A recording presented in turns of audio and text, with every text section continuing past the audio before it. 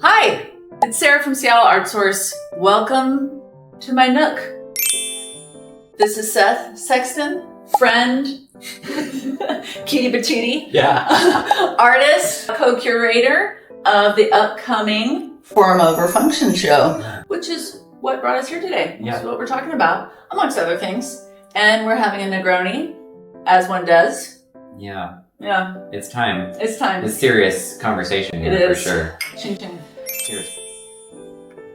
My name is Seth Sexton. I've been working with Sarah for a number of years now. I've been a Seattle resident artist for over 20 and have worked in the community in a visual arts format as a curator, as a dancer, mover, producer. And I'm just so honored to be able to work on this second iteration of Form Over Function that you started last year with an amazing core group of 6-7 painters focused on the human form as the subject matter and as the expression for their medium. So I wanted to talk to you a little bit more about that today. Great. And the history of creating that and what it means to move forward in this next iteration and into the future. Okay. And Little topic. yeah, just a little topic. Light. Art history. Yeah. I just want to skim the surface. And then maybe a little bit about its context here. Why is it important to celebrate the form, human form, and celebrate the history of figurative work in Seattle? Yeah, great question. The human body has been captured by artists since the cavemen. Yeah. Since there was ash on cave. Yeah. I mean, millennia. Since the beginning of humankind. So we have the privilege of getting to contribute our moment, our voice into the long chronology of that history, which should be something we are proud of. We are a young bunch. America is young. Seattle is young. You and I are young. In general, Seattle Art Source collectors are young, which I love. And so I get to introduce up-and-coming artists to collectors in their 30s and 40s who are buying art for the first time. So this is a very familiar conversation for me.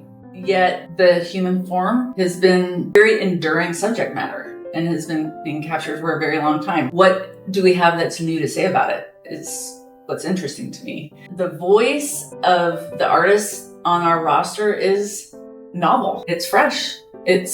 Their perspective is uniquely their own. These are, very young men and women. Their eye is informed by their experiences that are closer to my kids' age and a digital age. That is going to very much change how the way they move through the world and their bodies move through the world. Can we talk about, I'm sorry to interrupt, but can we talk about intimacy in art? Yeah. You're talking about this age and the youth and our experiences with isolation and surveillance and intimacy. It's been brought up in conversation. Tell me a little bit about what's happening in intimacy here with our younger artists, how they see things, how we see it unfold. What's happening? I don't know that I have the answer to that. I can only tell you as an observer, but it's not my experience, right? Yeah. I'm 49. I don't have the experience of the erosion of that intimacy that they've experienced because I have a different lived experience. But I see it, I observe it, only as someone of a different generation almost. What do you think? Well, when I look at some of these works, I do feel intimately connected to them. Even if they are images that are about isolation, which, we've seen some that are about loneliness or being a solitary figure. And what does it mean to be the solitary figure? And then as a viewer of art, step into that framing. Yeah. And feel intimate to it, even though you're intimate with it, even though the topic may be about individual separation? Yeah, I know Melissa Messer, who's one of the artists on the roster this year and who's an alum from last year. Her subject matter is primarily female, and she often I own several of her works, and her subject matter is very intimate, even when it is a singular subject. Mm-hmm. But she is very much addressing and trying to qualify female intimacy and platonic love and the intimacy of friendship and companionship in her paintings. And that often comes in like the reclining bodies, and the postures in her paintings are beautifully intimate and obscured in a lot of ways. Mm-hmm. I love that. I love her paintings because of that. Yeah. Mm-hmm. I'm seeing, like with Nahom Gourmet's work, mm-hmm. they're not like the exact representations mm-hmm. of himself or his history. They are these conjured images. They feel really intimate, even that's not the reality of the individual. You know, the memory feels intimate, the palette feels intimate. So there's all these other ways of examining intimacy. I'm thinking about Kyler's work as well, Kyler Pahang, and those I feel like they're very intimate. We have these crops of the body and these erogenous zones. Yes, totally. And even though the setting is in a barbershop, which has some clinical kind of distance as the client and But the way he crops the body with leaving things out. Yeah. And the unspoken part of the painting, but with the clavicle. Yeah. Or the shoulder blade. It's very interesting. Yeah. It's not, it eschews like the surveillance thing, which can often come from a lack of intimacy. You feel like you're being surveilled, right? But in some ways, when you cut things out and it becomes this suggestive kind of thing where you have to fill it in. Only by completing the circle of viewership is there an intimacy within the painting. So that's something to explore a little bit more. Yeah. You said neck. Can we talk about feet for a second? What's going on? We've been in several studio visits already, and this emphasis on the details. What is going on with the feet? Yeah. Okay, let's talk about feet. What does it mean to you? Yes, this thread with the feet. It's come up in several of our studio visits so far. It seems to be a real profoundly important part of several of the paintings that we reviewed for the show. Is there a need for some grounding? Is there some emphasis on mobility? One of the paintings, it was kind of like that fourth wall. Are we looking at things from a perspective from down up? Oh yeah, in Jordan's work, the emphasis on mobility, and movement and precipice and balance, and it seems really fitting because those seems to be things that are very much overarching themes of right now. Yeah, the lack of mobility. Like we're concerned with being able to run from agents or run across the border, or how do we get from one place to the next? Like mobility having is lack of agency. Yeah, it seems to be a theme. Yeah, and I'm finding it really curious. I'm also very curious as we continue our studio visits the rest of the week if it continues to rise. Yeah, absolutely. I would love for people to be on this journey of studio visits with us. Yeah.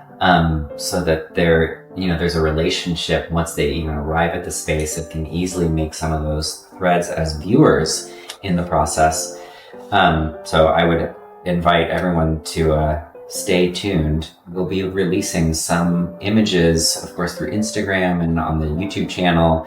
And so you can get some closer glimpses as things are being made in process. What is it like to watch work being made in process for a show? Oftentimes the model is art is already made under a particular theme, and artists fit their work into that theme, and they don't know anyone that's there once they arrive.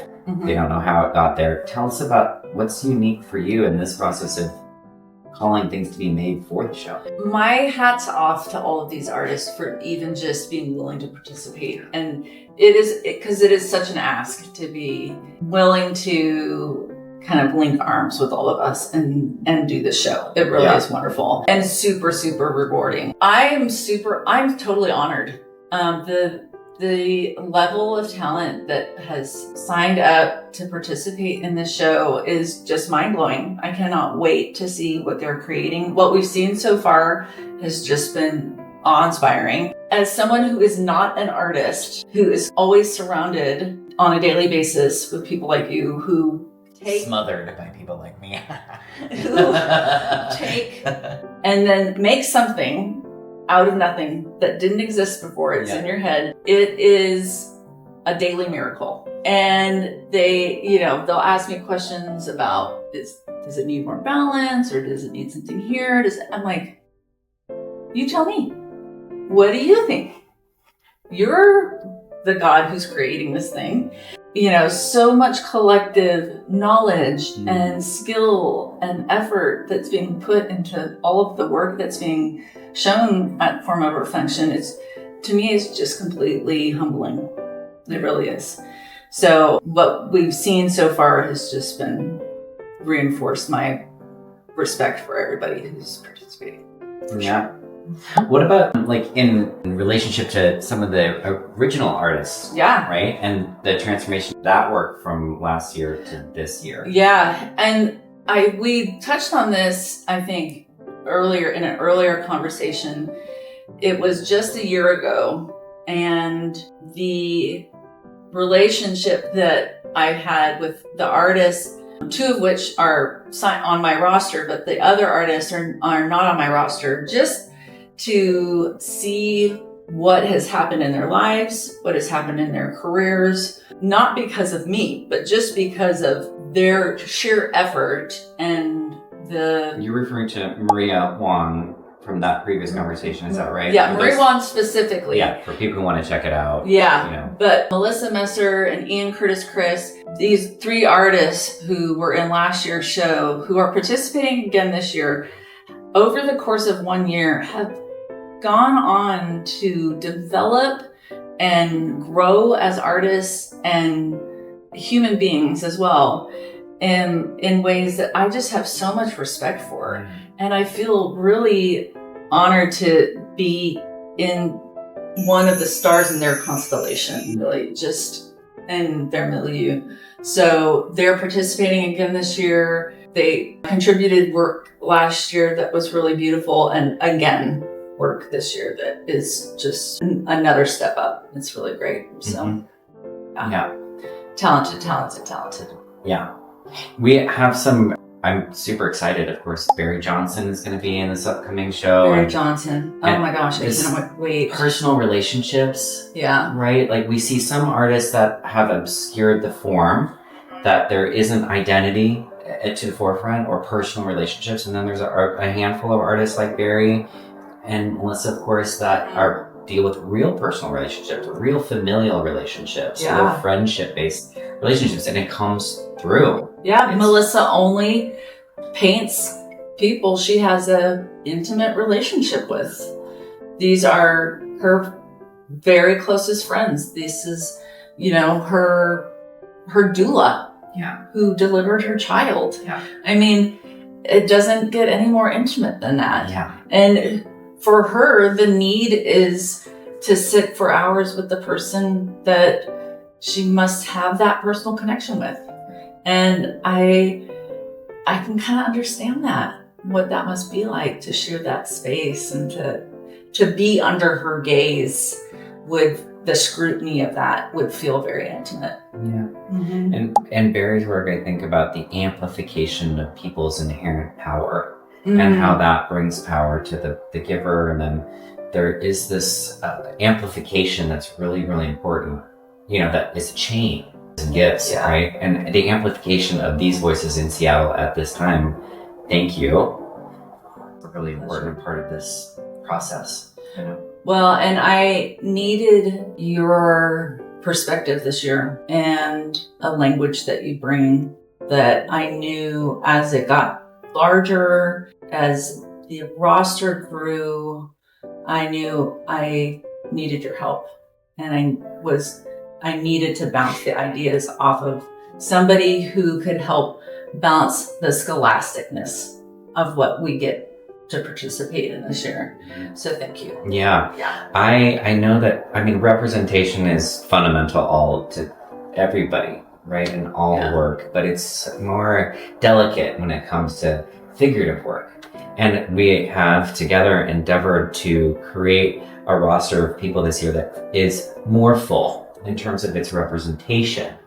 There is still some lack, but it's a growing process, right? And I think you and I have undercurrent that we're pulling towards together. I'm so excited to support human bodies. Yeah. Yeah. I'm sure you especially. You look gorgeous. You can tell. Form over Function opening night, Saturday, October 11th. Seattle Art Source down in Georgetown. Come on out, all of you. Bring your friends and your family. Come support the bodies that help uplift the city, represent the city. Come ask questions, come with open eyes and open hearts. Yeah. Family friendly, 5531 Airport Way South. Cheers. Cheers.